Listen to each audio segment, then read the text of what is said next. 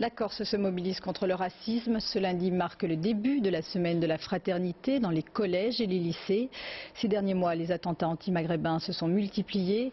Et selon le rapport de Jean-Christophe Ruffin, la moitié des agressions racistes commises en France le sont en Corse.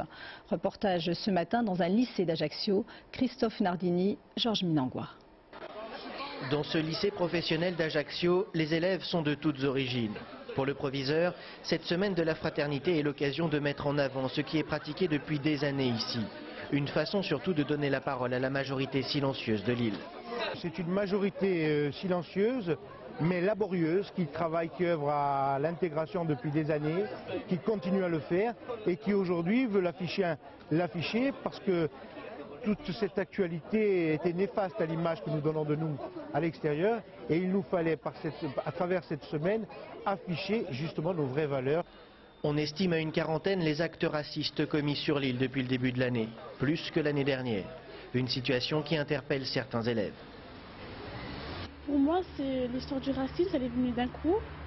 Et moi qui suis musulmane, on se sent rejeté, on ne sait plus où aller.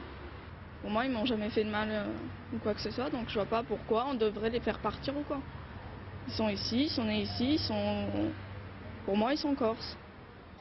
Cet ancien gardien de but professionnel des années 70 prône l'intégration par le sport. Sans nier la réalité des faits, il estime qu'il y a surmédiatisation des actes racistes commis sur l'île. Nous, dans notre cœur, il y a beaucoup de chaleur, il y a beaucoup d'amour, il y a des fois des dérives, mais les dérives sont dues aussi à notre passion, la passion de notre île, la passion de nos ancêtres, la passion de notre histoire. Mais c'est pas méchant au départ, c'est simplement avoir un excès d'amour pour ce qu'on est dans l'endroit où on vit. Un excès d'amour accompagné d'un message fort de tolérance tout au long de cette semaine de la fraternité pour que la Corse continue de vivre dans le respect de l'autre.